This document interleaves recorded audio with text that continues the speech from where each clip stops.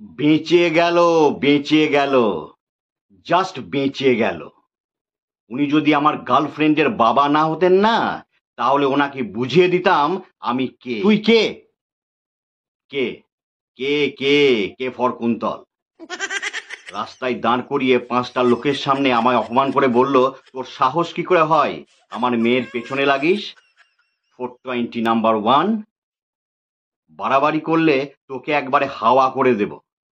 রাগে আমার হাত দুটো একেবারে এই রকম হয়ে গেল। বললাম, ক্ষমা করে দিন। ছি ছি ছি ছি, ক্ষমা চেয়ে ফেললি?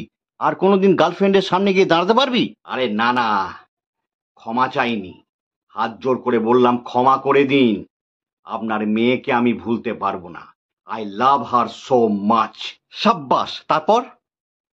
তারপর উনি আমাকে সাইডে ডেকে নিয়ে গেলেন আর বললেন, কত টাকা নিবি বল, কত টাকা চাই, কত টাকা পেলে তুই আমার মেয়ের পিছু ছাড়বি বল।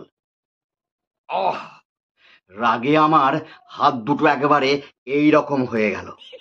বললাম, কত টাকা দেবেন, কত টাকা? তুই টাকা নিলি?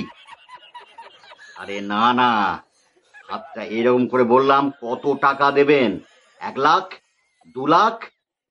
আপনি যত টাকাই দেন আমাকে কিনতে পারবেন না, একজন লাভারকে আপনি কিনতে পারবেন না। বাহ, গ্রেট।